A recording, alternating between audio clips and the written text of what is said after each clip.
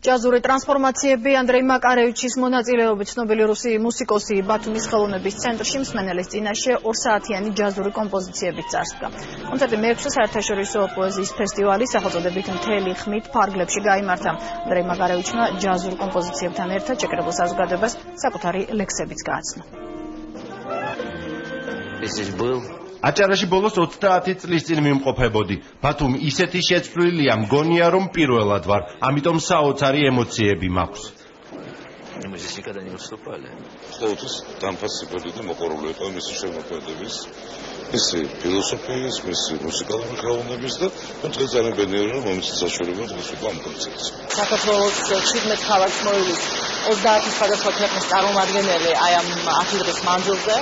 და რა თქმა უნდა ძალიან მნიშვნელოვანია კულტურათა შორის დიალოგის გაღვივის თვალსაზრისით, საქართველოს კულტურის პოპულარიზაციის თვალსაზრისით და ახალი კონტაქტების დამყარებისა და ასევე განმტკიცების კუთხით.